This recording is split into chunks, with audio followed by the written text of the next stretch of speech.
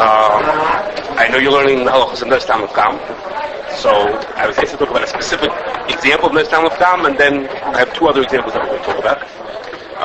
Before we start, I have to just introduce to you by telling you that really this siman, Kuf Gimel and Kuf Daled, is about Nosein Ta'am Lifgam, when foods are Nosein Ta'am Lifgam one to the other. There's really the latest siman, Kuf Chaf Beis, which is about a much more famous part of Nosein Ta'am Lifgam, which is for Blias, where Eina Ben Yomer is Nosein Ta'am Lifgam. That's a much very negay. And then again in Kuf Lamed Zayin, something that most people would never think of, but it's very negay for people like me who work in Kashrus. In Kuf Lamed Zayin, about Blias of Stam Yayin into a Kli is Nosein Ta'am Lifgam into other foods. Okay, so those are really about Blias. And the siman here is really not about Blias. The siman here is about the end being mixed one food into the other, where one is Nosein Ta'am Lifgam. That's it. Which will lead me right to dishwasher, which is what I had been asked about, to speak specifically about dishwashers. Dishwashers point really has more to do with Kuf Chaf Beis. But we'll talk about it over here. It also has to do with Tzadi Hey. If you learned Pasuk already, it has to do with Tzadi Hey. But, okay, this is where we meet in the middle between Tzadi Hey and Kuf Chaf Beis, so right in the middle, that's what we're going to be, okay? So to talk about it, the first thing we need to talk about, in this case for sure, is how dishwashers operate. And what goes on in your home dishwasher. We're talking about a home dishwasher, not a commercial, but a home dishwasher. What goes on? What's going on inside that machine? You know, if you put the dishes in, what happens? So there's 3 or 4 parts to what goes on inside your dishwasher. I worked you a picture. I don't know how well you're going to be able to see it. If you can't see it in here, when you go home, if you have a dishwasher in your house, you'll see the same thing. Now that I'll tell you about it, you'll see the exact same thing in your house. Okay? This is what a dishwasher. This is the inside of a dishwasher. Okay? It's hard to see it. It's hard to see from a distance. What the dishwasher has in it, whoever could see, what the dishwasher, you can pass around for a second if you want.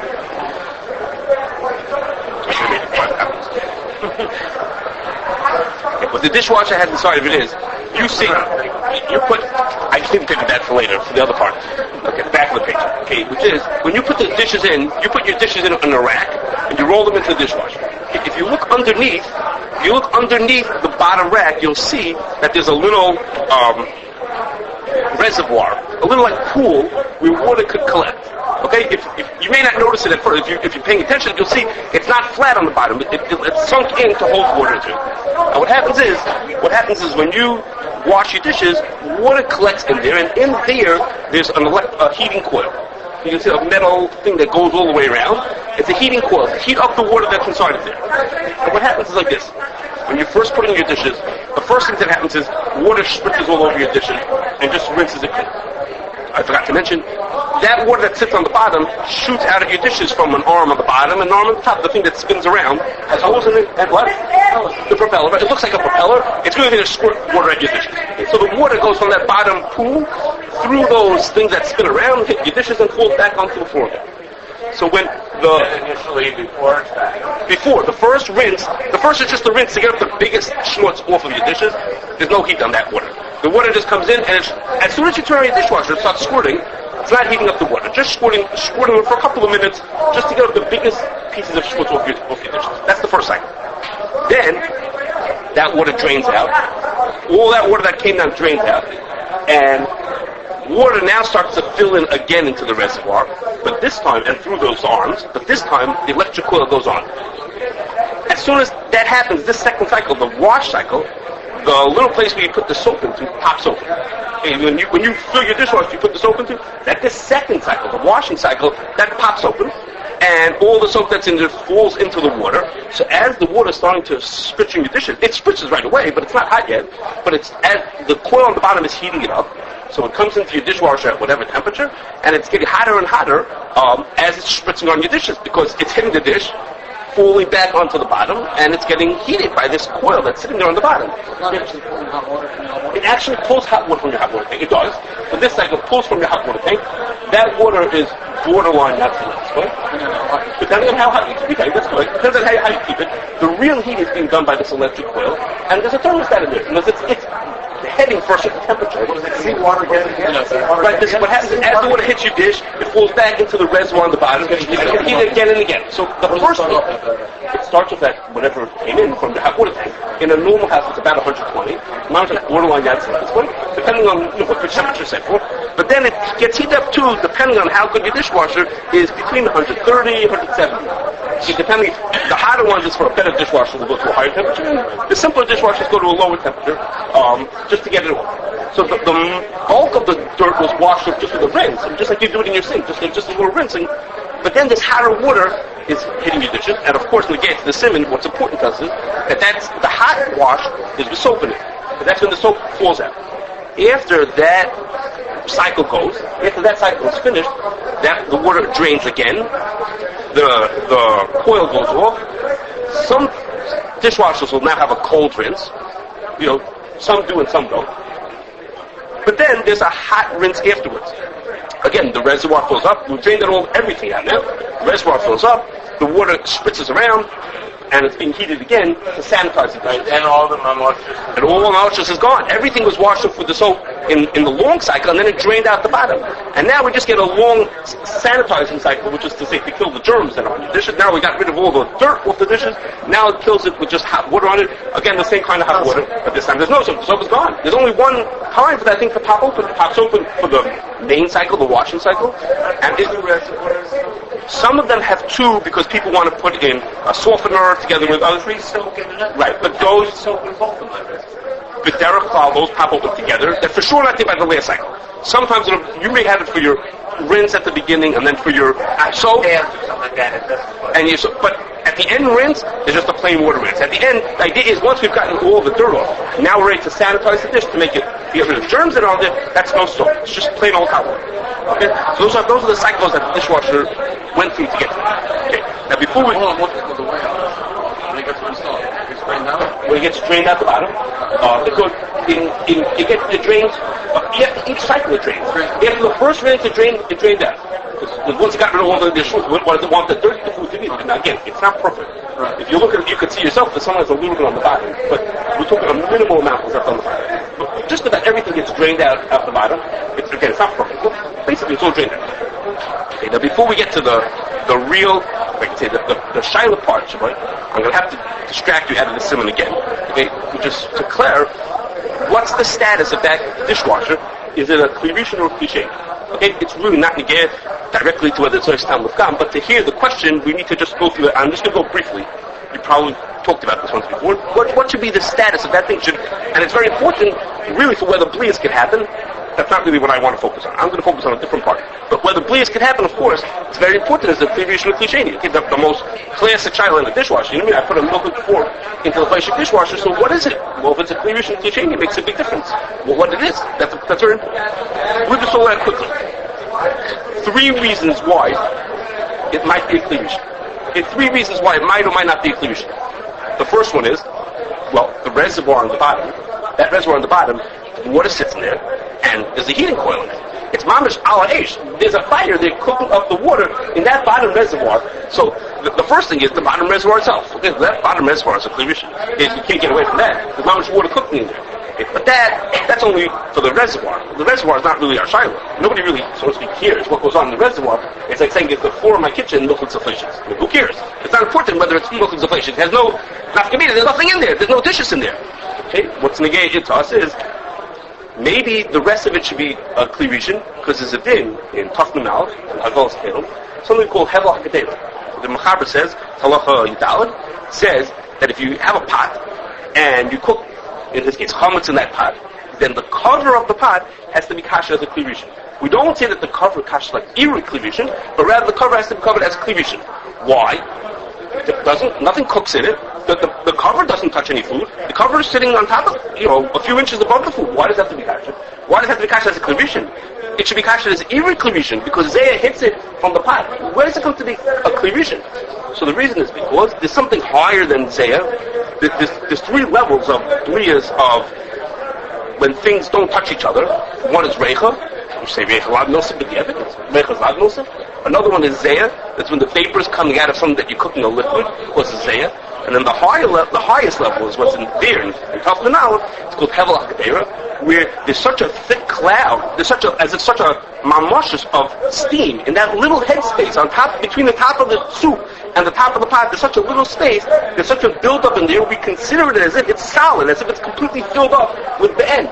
So it's as if the whole thing is filled with liquid. If when you have Zayah, we don't say that. Zayah doesn't create a connection between them. It's just that, well, the Zayah carries the Ta'am until it hits the next thing. But over here we say it's as if the whole thing is filled up with liquid. So the cover of a pot, it is touching the liquid. It is touching the food because the steam that builds up in there is considered like it's touching. Okay? So that's true by a cover of a pot. The cover of the pot's got a few inches between the top of the food and the top of the pot and the bottom and the cover.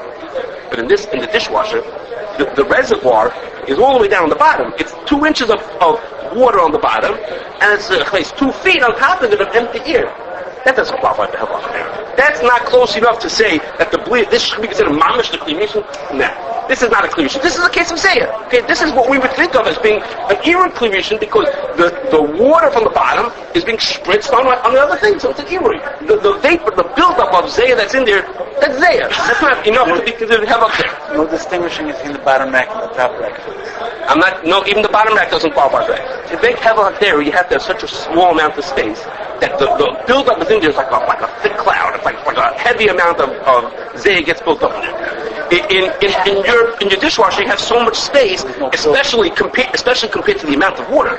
You know, if the pot was 50 feet tall, what? The rack is holy. The rack is holy. Right. So there's no buildup. When you have a cover, inside the cover is a trap. Well, there's a cover. There's a top on the very top. Right. But it's not. If the pot was 50 feet tall, then this 2 feet would be nothing.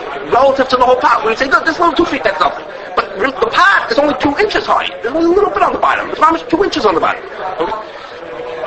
So it's not going to be held there. There's one more reason why it should maybe be considered a cleavage. And that is like this.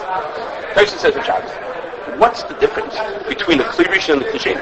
He says, what's the difference? They're both at the same temperature. So temperature we get, what this should be mechalik if it's a hotter or if it's not so hot. What's the difference if it's a cleavage or a klisheni? What's an afkamina? So Tyson says, an afkamina is like this. In the cleavage, the walls of the kli are adding heat into the food, and therefore they have a different ability to transfer Ta'am than the klisheni, where the walls are parquet, they're drawing heat away from them. The fanas are makaras, they draw heat away from the food. The food is the hot thing, and the walls are colder, they're drawing heat away from them. So, in cases where the fanas are makaras, it's a klisheni. In the cases where the fanas are machanamas, that's a klirish. Okay? So, what happens now, if you do something, you take a klisheni, you take a klisheni, and you spritz water on it from the klivishon, but not one time, not even many times. You have a continuous stream of hot water coming from the klivishon, hitting the klisheni to the point that it's not the fanas makaros anymore. You keep shooting water at it for so long that the walls of this kli are not able to cool off anymore. But the walls are as hot as they're going to get, and they're not cooling anything off. So does that now become a klivishon, or does that stay as a klisheni? Well, it's not. It's what? No, very against the styrofoam cup. We'll come to that. I'm not going to say it, but we'll come to that part of the trial in a second. Is the fanas are not being. The fanas are not makaras anymore because the fanas are as hot as they're going to get. They're not cooling off anymore. They're as hot as the stuff inside. But they're not machamas either. Okay? So we're not the first ones to think of the child. The Taz didn't have styrofoam cups, but there's a Taz about it in Takunal. And the Taz says, his case is, if you have a ladle inside of a soup pot. So the soup pot is the klivishon, and the ladle that's in there is not a klivishon because the ladle is only, goes in temporarily. It's not really cooking. What does the Taz say? What happens if you leave the ladle in there for a while? You forget it in there. To the point that the water comes back to a boil after the ladle is inside of there. So the Taz says, if you have that, you could use that to kasher as Iri klivishon. It's not a klivishon. He says you could use it to kasher as Iri klivishon. If you pour out of that ladle, that's Iri klivishon. And the Pegimah says, but of course it's not a klivishon. Of course, if you don't think it's not a klivishon because it's not a leish, and the Chavastas, back to your day, the Chavastas says, he reads the Taz a little differently, but the Chavastas says, no, of course not. He brings from a Milchus Yaakov that when we say, if you have something that's not machamas and not makaras, it's neutrals in between, that's not a klivishon. Okay, so the styrofoam cups is mamish an example of that. It's not machamas, it's not makaras, it's nothing, it's sort of like neutral. So it's a deal on how you should read Tosis. The main point of Tosis that the Fanas Makamas is a Klivishin, or is the main point that the Fanas Makaras is a Klisheni. And always according to saying that the Ikar is the Fanas Makamas makes you Klivishin. If you're neutral with Fanas Makaras, then you're Klisheni. Okay? So what? Would be a Klisheni Kozen. Yes, would be a Klisheni. So it's not perfectly Klisheni. It's something a little bit better than that. You could do Irur from it, that much you could make it. So it's like an in-between. That's what the Taz is saying. It's someplace in between, but it's not a Klivishin. So in Cain, our dishwasher, that's what's happening to the wall. That's maybe, we're not sure, but we'll say maybe that's happening to the walls. You spritz the water for so long that eventually it's potentially that the walls get so hot that they're not makaras anymore. Right? And remember, your dishwasher is insulated. The heat stays inside of it, and the walls are probably pretty thin anyhow. So after, 10, 15, 20 minutes of spritzing hot water on them, they're going to be pretty hot. So they'll be not makaras anymore. But l'chara, they're not going to be mechamas at that point. L'chara, they shouldn't be klivish. Okay? Now, I have to tell you that I'm saying that, you should know, Rabelsky didn't agree to this. He was talking about dishwashers. Rabelsky said that all these achronim are talking about cases where the ladle is right now unconnected to the thing that gave it heat. Meaning, the ladle was in a pot. Now the ladle is out of the pot. The thing that was giving heat to the ladle is gone. It's separated from it now. So then he says it doesn't have that dip. What happens if it's still connected to what gave it heat? In our case, the water is still spritzing on the walls. So the thing that made the walls not be makaras is still pumping heat at them. It's still into that. Rabelsky thought that in that case it should still be considered. It should have been done with Klivishin. Even Lahako negates what he wanted. In our case it would be Lahachmir. In our case, they say that it has done with Klivishin. Okay, it's not an option. No, the water that's spritzing. And any part of it, the dish itself would also be a shayla of maybe the dish should be considered a Klivishin. You're right, I keep talking about the walls. I shouldn't. Think about the plate that's sitting inside there. Is that kli? Is it a Klivishin or a Klisheni? If you pump water in it for so long, that dish won't be makaras anymore. It'll lose. Let's say the dish is 60 degrees. We heat it up all the way to 150 degrees. It's going to stop cooling anything off. It's not absorbing heat anymore. Right, that's the shayla. I keep talking about the walls. The walls are not the. All the kelim inside Klivishin, that's a Chomer Gedolah comes out. That's what I'm saying. And I'm saying that I see the achronim are not saying it like that. No, because it becomes a Klivish. It's as if you're cooking it in there. So again, I'm saying the water's achronim say not like that. Rabelsky had a reason to think that it was, because it's still connected to what gives the heat. That water stays shooting at it to give it the heat. So if that's the case, we have the labels, the pot staying there. If it's still in the pot, right? Yeah, well, it's not fair, because when it's in the pot, it's not really, you can't compare exactly again. So here we have this funny situation where it's being heated by water. The case that we're talking about is a dishwasher. So to us, that's a practical case. The case Rabelsky is talking about is a completely different case, which is very negated to people who work in commercial kashrus. It's very negated. That's not for here. It's a very negated shiloh to those people that he says lahakil that is considered a klivish. No, but they use it for other kinds of kelim if they want to use this cooler for to spritz water on. For things that are different. Okay. So again, it's a clear, but l'chara, it's hard to say that it's a klivish. We went through three possibilities. One is that there's a heating coil on the bottom. We said that only helps the very bottom itself. That part that's a klivish. That has nothing to do with my silverware. The next thing is maybe there's hevak there. It's a l'chara, there's no hevak there because it's such a big open space. And the last was that maybe we should say, since it's an extended irui, that should give it the status of klivishin. And l'chara, a number of l'chara are saying not like that. Again, Rabelsky had a reason to think that they're not talking about this specific case. This shaila, whether it's a klivishin or klisheni, usually comes up negeh when someone put their silver into the wrong dishes, which is where we're heading to, but that's the part of it. Is it a klivishin? Of course, there's a big nafkamina. A klisheni doesn't ask things for the other. Okay, and a klivishin would. Okay, now, when we talk about tam transferring in a dishwasher, okay, there are two ways that tam can transfer, that I can think of. Two ways that tam can transfer. One is, there's a piece of chicken sitting on my milk of the fork. Okay, I left the milk of the fork in the dishwasher, and there's a piece of chicken sitting on there, or sitting right next to it, through which tam can transfer. That means there's the end there that can make the tam transfer. The second question is, not from a piece of food, but from a blia inside the other dishes. This is a dishwasher full of fleshing dishes, and now I put one milchig dish into there, so the blia could go from the fleshing dish to the milchig dish, not from the end that's there, but from the blias that are in one that are going to the. Okay, so now, as far as the shaila of the be'en, but derech klal we would say that you can't be Pegimah of the end. You can't. We would usually assume that you can't make up the end Pegimah. Doesn't. I mean, it could spoil, but you don't make it Pegimah. Excuse me. Then over here it's not. What? Not like this way.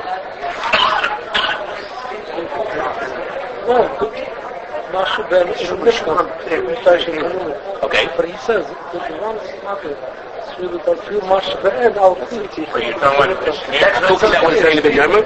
You talking about when it's Ein Ben from becoming Ein Ben Yarmah? That's good. He's talking about does it right? No, He's talking about when it's in the Vinaya. He's talking about when it's in the That din of Stam Kiel and but it clear it's Ein Ben Yarmah becomes Pogum, does it even include effort? I'm talking about if I have a potato, okay, and I pour bleach on top of it, okay, would we say that the potato became Pogum? Okay, people who live in New York, where they have garbage cans that belong to themselves and sit on their rishus, comes Erev Pesach, they're stuck with garbage that's in their rishus. It's in their rishus. It's in their kli. It's in their rishus. So they have a problem because the garbage that's in there, the edible garbage that's in there, that garbage belongs to them. It's Erev Pesach. They have to get rid of it. So from that child came the practice to get garbage into common Erev Pesach. Okay, it's not against people in Chicago. We would just we do it for no reason. Because in Chicago, the garbage is not in our rishus. The garbage is in the city's garbage can. It's in the alley, so it's really not in the shayla. So we just want to be like them, so we have garbage collectors and they're paying for it. But really, the shayla is for them. They have a shayla for real. So what do the people do? They say, you know what I'm going to do? I'll go to my garbage can and I'll pour bleach over my garbage can. Okay, so we usually say you can't be plugged in the potato. You have to really know what you're doing to be plugged. I mean, if I peel up the outside of that potato, it's the inside of the roll is the inside going to have a bad taste. So you have to really be sophisticated. You have to know what you're doing to make it plugged. Pour the little bleach on your garbage can is not what we're going to do it. Over here, maybe it would. Think of it. How much be'en is left on my dishes? A certain amount, but if I'm putting so much soap into it, can sign that I'm being Pegimah what's into it. Can sign there's enough soap in there that's really, ruining the taste of it. Maybe. But there's another thing. If you remember, I told you that when you run the dishwasher, by the end of the soap cycle, the end of the wash cycle of soap, there's no more be'en left. It gets all drained out at the end, at the bottom. So the only time that there's be'en in the dishwasher, the only time that the be'en is there is at the same time that the soap is there. Those go together. There's no example in a dishwasher that there's be'en without soap. They go together. During the soap washing, the first washing is cold. The next washing, which is hot, has soap in it and there's be'en floating around. And the last washing has no be'en left. So our be'en is when there's soap. Well, that's the din in Tzadi Hay. The Shulchan says in Tzadi Hay, if you wash dishes in soapy water, even if there's be'en, the transfer has to happen. You need something to transfer the time from the food into the kli. Well, that's soapy water. So if Nosein Ta'am Lifgam, as it passes from the piece of chicken into my milk with the fork, there's soap in there at the same time. So even if I wasn't putting the piece of chicken itself, but the bleach transfers through soapy water, I'm safe. I'm okay from the food part. But what is the shayla? What is our shayla is, what about in the washing cycle at the end? The washing cycle, there's no more be'en left. But now there are blias inside those dishes. I have fleshik dishes in there, washing with milk dishes with no soap. The Mechaber in Tzadi Hay is talking about when you had soap in your dishwasher, in your sink basin. I have no soap anymore. I drained all the soap out. So I have no be'en and no soap. But I'm left with dishes, milk and fleshik dishes made together with water. We're ignoring the not for nots. Okay, pretend it was a treif dish. Okay, so we have milk and fleshik dishes in there, and without any soap. So so what happens? So maybe it's treif. Okay, so if you why? Because we're in Taruvatan basketball. Okay, so the first thing's like this. We have three things to think about. First thing is the temperature. Two little things, and then we'll get to where we're headed to. We'll be finished with our dishwasher. If we have time, we'll move to other things. The first thing is, I told you. Okay, so let me take it back. I'm going to start with the other side. The pashas is the bleach should transfer. Okay, the pashas is there's no soap anymore. We have milk and fleshik together. The bleach should transfer. And all the dishes nifgam though? What do you mean all the dishes nifgam? Because all the soap when we're nibbling in the dishes. So that's a very good point. That's the third thing I'm coming to. Very good. That's the third point I'm coming to. The first two are going to be simpler reasons to say that there's no bleach. Is first of all is the temperature hot enough to make a transfer of time? Okay. Remember, it's going to really depend on your dishwasher. The temperatures here are borderline Yatzileh display. Okay, the temperature of that hot water shooting around is borderline Yatzileh display. So depending on what your temperature is, may affect whether there's a transfer of time. If it's not Yatzaledis, but there's not going to be any blear. So with water wine, it'll depend. It depends how much you pay for your dishwasher. If you pay more for your dishwasher, then you throw out your dishes and you have to start again. And if you pay less for your dishwasher, so we're feel bad for you and say it's okay. You pay less for your dishwasher, you can keep your dishes because they have lower temperature. Okay. And then the other thing is the clarity we had about whether it's a cleavation. That's very negates whether there's cleavage. If it's not a cleavation, then we're not going to trace something up with the evid, and that's going to play into the not bar not. Because it's going to be not bar not, the bishul would be, in the cleavation would be worse than not bar not if it's a klisheni. If it's a klisheni, we're on safer ground from the not bar not side of it also. So we're going to gain two things by making it not a cleavation. So that clear, whether this is a cleavation or not, is going to play into whether it's going to transfer from that side. But the last thing is what he mentioned, which is it possible that the soap wash that we did was poiging the blias inside the kli? Is it possible to say that the wash we did with soap, which we would say is the same temperature as the water washing that we did, is it possible that was poiging the blias that are inside the kli? Okay, now, this shaila really is a tzaddik, was a shaila in tzaddik. And until, let's say, 75 years ago, everybody assumed, that's why it's good to someone in a kernel to have someone who's a loophole, because they have a different perspective on it. Really, because until 75 years ago, everybody who learned your day until 50 years ago thought that you were plugging the blias. I stuck it into water that was Nosein Ta'am Lifgam. I learned in Nosein Ta'am Lifgam. What did I do?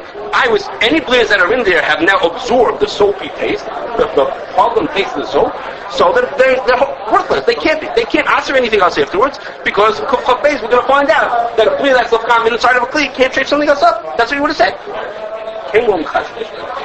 Kashrus is in Chaf Gimel, the first part of the beginning of Sin Chaf Gimel. Kashrus is like this. He says, how do you know that the blia, the Pegimah, went into the kli? He said, when we say that if you cook something up at temperatures that are Yatzaledis point, we say that there's a transfer of tam. He says, we say that lo chumra. You have to be choishish that there was a transfer of tam. He says, we don't say that lo kula to say that there was a transfer of tam. How do I know? He says, very simple. The Rishonim ask a kasha. The Rishonim say, if I have a trefa pot, and then I went and I cooked soup in it, so why don't I say all the blias came out of it? Why do I have to kosher it? If I ever used it once for kosher, I should say all the blias came out. Because now that I used it, the blias must have come out of it, because it was Yatzaledis point. So the blias came out of it. To which they say is, we don't know if the blias came out. Maybe they did, maybe they didn't. Maybe they didn't come out the first time. Maybe they didn't come out the second time, or the third time, or the fifth time. We have no way of knowing when it's going to come out. So I can't use the kli because maybe the blias were in there from the first 3 times, and now we're not going to use it the 4th time it's going to come out. He says, so you see that the blias, it's only a chumrah to assume the blias come out. We don't say l'kula, that we could be making and say all the blias already came out. He says, so over here, we don't want blias to come out. Here we want blias to go in. We want to push the blia into the kli. He says, who told you the blia went in? Maybe the soap is sitting in the kli, and how do you know it went in? And I'm going to add now to our case. I told you it's not even a cleavation. We're talking about iruis and things like that, where it's even steakus if blias happen altogether with an iru cleavation. So who's to tell you that the blia went in? Maybe the blia never penetrated the kli. How do you know it went into it? This is the Chazon says. So the Chazon is saying something very logical. Of course, the soap will never be a... Except, there's only one way that it could be puggy. I forgot to say. There's one way it could be puggy. If you put the kli into water that's at Hagolah temperatures, the temperature of Hagolah, from there the Torah tells us that if you do it at certain temperatures, all the blia that's in the kli comes out. Now the blia that came out is mixed in with soapy water. So now, if the blia went back in, it went back in with the soap. If the blia didn't go back in, so fine, you're off the hook. No problem, there's no blias in there.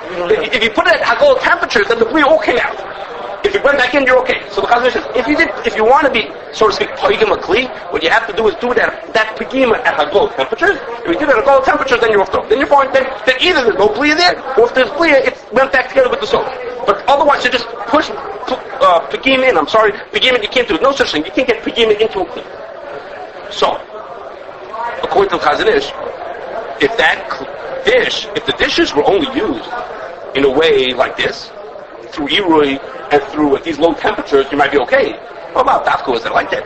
Maybe I put a hot piece of meat onto it. Was it double gush? Was the hot piece maybe hotter temperatures than the dishwasher is? According to the Chazon, I didn't push Pegimah into it. I don't know that this Pegimah is in. Maybe yes, maybe not.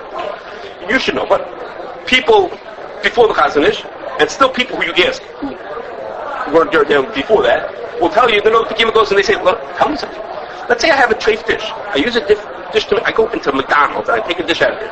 What I say, and I use it for kosher. Is that only Suffolk Isser?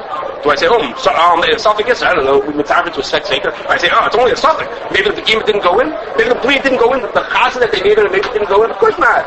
We say, of course the Bli went in. We work with an assumption that Bli is going in. So they question what the Chazanish said, and you should know that the Achronim, before the Chazanish, all assume not like him. They all assume you could push Pegimah in. If you get it, Yad Tzved is called Lahachmir, then you could push Pegimah in. So that would also be touchy over here also. How hot is your dishwasher? If your dishwasher is so hot that it's Yad Tzved is called Lahachmir, according to some Achronim, you're for sure off the hook. You push the Pegimah in, so well that afterwards the dish can't shape up anything else. Okay? But according to the Chazanish, which I'll mention, most hashgachas, most of the hashgachas follow what the Chazanish says. On this point, most of the hashgachas do follow what the Chazanish says. L'chumra, to follow what the Chazanish says. According to that, you would not be able to say that it was pogum. Again, I'm not saying that therefore the dish is trade. We have other reasons to say the dish is not trade. But this side, which is that I was putting it in the soapy cycle, so that now in the hot water cycle, there's no gliyas left that can answer, that the hashgachas, they don't have the shot. But these kind of things would follow the Chazanish, that you can't push gliyas in unless you knew that it was over the hagol. Yeah.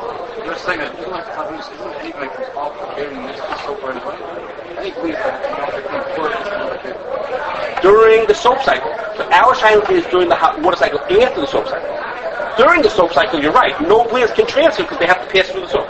But our question is, after the soap cycle, we had a sanitizing cycle. Right now, we have a plain old dish that's waiting, that's just plain hot water. There's no soap. Not committed you're jumpy guy and you don't wait for the third cycle. If you get, let's say you know, if you let it go through the third cycle, all the way through, after the second cycle, and he's okay. Yeah, that's what I'm saying. Okay, if you took it out of you skip the third cycle. Yeah, that's what I'm saying. Wash yourself with cold water. No, that's what you say. No, what you say? That's what you wait, right? No, it's very simple. It's very simple. If after you leave your 12-year-old to fill the dishwasher, and when you come back to clean the dishes, and you come back and you find out that the 12-year-old stuck all the milk dishes in the dishwasher. So the dishwasher's running. You say, oh my gosh, you put it to the wrong dishwasher. So you stop it in the middle, then you'll be okay. You stop it in the middle. But if you wait till the morning when he finishes it, then you usually the size not like that. Usually the size one dish. The guy left one fork on the dishwasher or something, and you realize afterwards the whole thing is over. Okay, that's the dishwasher. Any questions before we move on? Good. What about that one dish that can mess up all the other dishes? That the one milk dish should ruin the flesh dishes, that's harder to believe. It's harder to believe. Think about the amount of bliyas versus how much is it. That's harder to believe. Usually the shaila is the other way. How many gallons go in a row? It depends. That depends how much you take the dishwasher also. The ones that are more advanced use less water. It's considered a good feature for you. But if they say the environment, you could find it out. In every dishwasher, if you dig through all the little papers, all those pages and pages of stuff, it says how many gallons of water you use. We've used it. It's come up in the gas to know how much it is. what film right here would make a difference whether it's near the one nearest to the place to get in. So the one next to the other, the one to the left. If it would be mamish touching, it would have a little bit of a different sound. But usually it's not touching like that. But no. So then we would say the blades. I don't think so. The blades are spreading equally. It's only if it's mamish touching, then there's even have to yes one. Last time, what do you do if you find it? Yes, Rabbi Smith. Okay. So there's Yes, I'm sorry. I should have said that. We're working with that assumption. We're taking the mamish from the mechaber. But if you have questions about it, you can taste it. You can taste your one and see if it tastes like. You'll know right away that it's called. Tom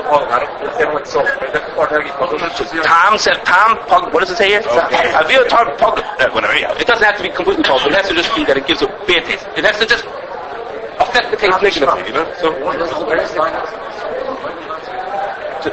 part of the shaila has to do exactly with this. They also have two parts to their washing. I taste it because it tastes bad. If it says it tastes bad, it's because other people decide to stick with it. I tasted the soap. There's no time. There's no question. So that was done. That was not a problem. Yes, but I was the one who tasted it. Okay. Where does it come from? The famous thing that you can't cash the dishwasher. That you can't cash the dishwasher? Different deal. Not for today. I'll continue to. I'm going to try to hop in another one before we get to that. Here's my paper. Okay.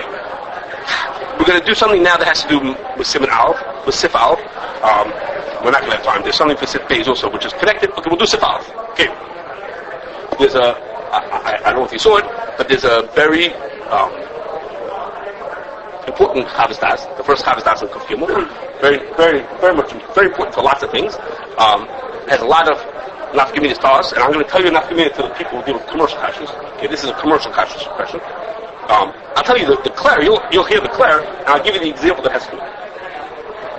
The Chavos Das is machalik, and he explains that there's two different types of things that are not edible and are therefore mutter. One is when food is nifsal me'achila. When food becomes nifsal me'achila, it becomes heter. That food is not us, and the Yisra falls off of it. And the other example is when something is shloi k'derech achila. Something that's shloi k'derech achila, it's not usher for me to eat it, but the food remains Isra the way it was. For example, the Gemara says, if you drink vinegar as is, straight vinegar, it's not Asam Midaraisa to drink that on Yom Kippur. There's a Gemara about that. People will drink it on Yom Kippur. That was a mistake, because Asam Midaraisa. But if you drink it, because nobody drinks vinegar straight, but of course, vinegar is not Nifsal Mechila. Vinegar, if you make a salad out of it, you use vinegar as a food, but nobody drinks vinegar straight, and therefore, drinking vinegar is Shloi Kedar Chachila. It's not Nifsal Mechila by any stretch, it's a food item, but it's Shloi Kedar Chachila. And the Chavos Das says that a nafkamina between these cases is that if you have something that's shloi kedar chachila, meaning it's not the usual way to eat it, if you find a way that you can make it edible, then it's also to eat it. So you have a food that's not really edible, and you put sugar onto it, you put a flavor onto it, you do something to dress it up to make it, you could get it down, that's also. That could, the whole heter was because you're eating it not the way people usually ate it. If you manage to get it down, if you make it in a way that people would consider it edible, not that you got it down, so you made it in a way that people consider edible, so you didn't miss it. If you have something that's nifsal me'achila, and it became not edible, so then it doesn't make a difference if you dress it up and you make it so exciting that you want to get it down, because the Isser itself stayed is nifsal me'achila, and it doesn't become heter. Nothing changed about it by the fact that you put some sugar on top of it. It's still nifsal me'achila, and you're allowed to eat it. Okay? So do with soaps, they add flavors to soaps? See, the thing is, when you add flavor to soap, it's still not edible. It just makes it a little more pleasant. It's easier to work with it. But if you put it, you can try it. Go home and you try it. There's a reason why mothers tell their children they can put soap in their mouth. Right? There's a reason why that. Okay, I don't think they do that anymore. Okay, that's what mothers used to do. Okay, anyhow, so the shayla is like this, and the Chavos Das says. He says this point a few times, that the difference is going to be whether you could get the Isser back or not. Once the Isser is gone, could it come back? That's not community. So what happens if the Chavos Das has two extreme cases, and we have a middle case. Let's go to our shayla. One case is something that rotted. Okay, and if the food rotted. After the food rotted, the Chavos Das said, no matter what you do to it, that food is not going to be yours to eat because it's so rotten. The fact that you put sugar on it is not going to make it. That's one case. The case of I'm going to say it's mutter even with the rice. There's a side little problem of achshave. Okay, which if we got to the next one, I would tell you about that. There might be a issa drabanan to eat it, but basically it's mutter to eat it. It's really mutter even with the drabanan, except if you do it in certain ways, and it's called achshave. You showed that you consider royal achila. We're going to say it's mutter to eat it completely. Shloi kederach is true. Shloi kederach is also with drabanan. Okay, so one case was that the food spoiled. It's rotten. It's nifsal me'achila. It's rotten. The other case was, he says, you added a davar mar into the food to the point that most people wouldn't eat it that way. That's an example of shloi kedar. What happens if our middle case, which is, you added a davar mar, but the davar mar that you added you put in so much of it that it's not royal achila at all. Not that it's just not the way people would eat it, but you could still do things with it to make it edible. You put so much davar mar into it that now the thing is it's putrid. It's completely inedible. Again, there's two cases. One was that it's spoiled to the point that it's not edible, and the other case was that you added davar mar to the point that people wouldn't want to eat it this way. But what happens if you put in so much? Is there such a thing? So much davar mar that it became not edible at all? And what would happen now? That's a shayla. That's if I could use a theoretical shayla, and it's really. I'm not going to read all the words to you, but there's quotes in the Chavos Das both ways. You could be medayik both ways in the Chavos Das, which what the din is. But what happens now if I put in the davar mar into the food till it became not edible at all, and then I took it out? When I put in so much of it that it became completely inedible, completely in royal achila, and then I found a way to get it out afterwards. So what should we say? Should we say once it's nifsal me'achila, the Isser goes off? If the Isser goes off, doesn't make a difference what you do to it. That's the point. Once it crossed that line to be nifsal me'achila, the issue is gone. It's not an avail anymore. It's not the thing that you're not allowed to eat. And what happens afterwards? Now I can do whatever I want to. Now it's like nothing. If I get the pogrom thing out of it, now it goes back to the regular food. And what can I do? Do whatever I want to with it. The Chavaz says, once it's nifsal me'achila, eating sugar doesn't make a difference. Well, here I'm not eating sugar, I'm taking the pogrom out. Or should you say, no, it's only because as long as it has double pogrom in it, then it's not royal achila. If you get double pogrom out, then it reverts back to being its sister. Okay? And if you look at the Chavaz Das, you'll see, I'm not going to read you quotes for too late now, but if you read the Chavaz Das, you'll see diuk in this way and that way as to which one is right about this case. What's not to mean? What am I telling you on this one? Is a very, for us, for people working commercial kashrus, is a very serious shadow, which is like this. This is going to be easier picture to see from a distance. Okay? The way, in a modern factory, the way they cook is they don't have a little fire under every pot. Okay? In a factory, they don't have pots with little fires under. That's not what goes on. What they do is, they have one big boiler. That boiler makes steam, and the steam spreads all around the plant. They have pipes taking it around the plant, and each pot that needs to cook on has, the steam hits that pot. Okay? What they do is the pot has two walls. It's called a jacketed pot, jacketed kettle. There are two walls to it, and in the space between the two sets of walls, the steam floats around in there and it heats up the food. Okay, and that's considered a more efficient way than cooking, to have little fires every place. You want to cook in this pot, you open up the steam flows into the side there, and it cooks up the food. Okay? So what happens is, in my picture here, my little picture, you'll see, here's the boiler, and it's shooting steam at these two kettles, a treif kettle and a kosher kettle. Okay, I don't know if you could read my words, but there's two little kettles here, and it's shooting steam at these two kettles. Is that called official and Shabbos? We consider it official because it's different. Also a different discussion. The steam is a way of transferring the heat from the boiler to here, and we consider it to be fully mevushal. I have too many things to talk about after. I'll tell you afterwards. Okay, so now what happens is, for whatever technical reasons, when that steam hits the kettle, what happens is the steam gives off its heat into the kettle, and it turns into water. It condenses into water. That water is very hot. So it's a shud to waste that water. Why should that water just be spilled on the floor? So what they do is, they collect that water, the condensation, that hot water, and they bring it back to a tank. This is the dotted line over here. They take from the bottom of the kettle, they take all that condensation and put it into a tank, and that tank feeds the water right back into the boiler. Okay? So now, sometimes they have to eat extra water, but there are plants that could come out eating no water. All the steam is saved. It hits the kettle, it's in this closed up space, the condensation forms, drifts down, and it gets pumped back to here, back to the boiler, and the water goes around and around. So why should they heat up water from the street? The city water is 60 degrees, this water is 200 degrees. So we're starting off with the water that's so hot, put it back to the boiler and heat it back up again. So it's very efficient to do that. The water goes around and around. So the shaila is, well, the treif kettle got a bliya. This is a tzadi base in a tipas hole. Okay, the treif water got a bliya from the treif food that was cooked into there. It's on the wrong side of the kli. It's not touching the food, but it's getting it through the doifnei kli. It's getting a bliya. Goes back to here, and now comes to cook the kosher food. It's going around and around the whole day. It's sitting cooking. So today, right now, cooks treif food. 5 minutes now, it's cooking kosher food. So it could transfer down from the treif to the kosher. Okay, the plant people, for the life of them, cannot figure out what the rabbis want.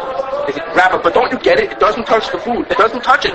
And they never learn tzadi base. What can I tell you? They say, it doesn't touch it. And I said, no, guys, I know that. I know it doesn't touch the food. I know. But Alpha Pekin and the Torah wants like the mom said, okay. Anyhow, they have to learn touch it. So what is it? So the bliya goes back and forth. So it's a problem. Okay, this is a serious problem in plants. Comes up some with a tank problem. What we'll do is, into this tank over here, when the water comes back in, we'll add chemicals into this tank. In fact, the company adds chemicals into the tank. We'll make sure they get enough chemicals in. The water in this tank will be pogrom. When the water will be pogrom, then any tam that's in there can't give a tam l'shva into the kosher food. So we're off the hook. We're putting in this water, make this water be pogrom, and it won't make any problems. Okay, now, if we made the food just a little bit of a pegimah, it should be shloik kedar chachila, it's not going to help anybody. Because over here, it doesn't spread its pegimah into here. No one ever took a food out of this pot that tasted like the boiler water. Doesn't taste like anything. Right? The scientists got it right over here. We don't see any transfer of tam over here. So the shaila is, but what happens if you put in so much that it becomes not royal achila? Into this tank, you put in a good amount of chemicals that's not royal achila, and there are places to do it. But put in enough to make it not royal achila. Could we say that now the food is mutter? What's the shaila? It should be posher than it's mutter. The shaila is, when the water goes into the boiler, Okay? The boilers are made in such a way that they boil the water, all the chemicals stay behind, and the only thing that goes up to here is pure steam. No chemicals go up with it. Okay, I should say, kamat, no chemicals. I say no. There's not no chemicals with kamat, no chemicals go up. It's almost pure. The water is pure. It's just plain water. So I'm coming to that. Very good question. I'm getting to that in a second. So the water, the Pegimah, I was plugged in the water. So what I did was I took something and made it not royal achila b'chlal. So when Chavasah said, he said, so the issue goes off. So it means if I want to take a drink out of here, I for sure can take a drink out of this pot, out of this tank over here. But now when I put it into the boiler, all the Pegimah comes out. So one way to look at it, the Chavasah said is, once you get nifsal me'achila, the issue is off. The issue is off. The issue is off. Take out the Pegimah if you want to. No problem. You do whatever you want to. And the other side says, no, it's only if you add sugar onto it, then we say it's not royal achila. You added some sugar and the issue stays warm. But if you take the Pegimah out, so you go back to where you were. You took the Pegimah out, you're back to what were you originally? You're back to an issue. If I put the Pegimah in and I take the Pegimah out, then it should be moving. Okay? That should be totally in circle Ashviyah. Is it? Totally in circle Ashviyah. Question of that. Maybe. Hence, we want to say is that since I know that it's going in here and it's going to come out, it's not like, so to speak, an accident. I should say is I know that it goes in over here and it comes in over there. Okay, that can I can hear that. Sort of ask, yes. So that would be a sort of ask. Since I know that's part of the deal, that's part of the way it's done. Okay, that's fair. I can hear that. But so if this shiloh is a very big shiloh in between the hashkafa, a very serious shiloh. But what you mentioned is a very important point, which is all the chemicals come out. Now, there isn't any time to speak of in there. Nobody who tastes the water, hundreds of mashgichim have tasted the water. They never tasted time. They were cooking corn. Nobody ever tasted the water and tasted corn in that water. That's its own child. That's for that's for a different thing with the web child. But that's what l'chorah. If all the Ta'am Lifgam came out, so you say, guys, if the boiler is such a magic tool that it can get all the Ta'am Lifgam out, the time that we tasted, it came out. So the time that we didn't taste, for sure came out. We should be able to say that for sure should happen. And there were those who said that. They said, guys, who are we kidding over here? There's nothing left after the boiler. The haraya, the bad taste is gone. There was no taste to start with. No one tasted peas or carrots or chaz or anything in this thing. But we take different chazal and say, yes, maybe there's a time in there. But the time that we did taste got taken out. So you say, no, maybe the boiler only takes out those time and not this time. It's hard to hear that. Come on, the boiler not such bother with the chemicals altogether? What did you say? Why bother with the chemicals altogether? No, they put in chemicals. But why should we bother with chemicals? Or we should say, now that we became so smart and we figured out that it's going to take out the Pegimah. That's totally the other side about that we don't taste anything. That's he's a tzaddik. Okay, that's part of the other side that we don't taste it. That's the difference. You're right. That's a good question. But so this declares, and on this shiloh, this back and forth, the hashkachos take different stands on this. Most of them are makel on this, and they say if you make it not royal achila, completely nifsal me'achila in the tank that it went back to, then the fact that the boiler comes out. Well, learn the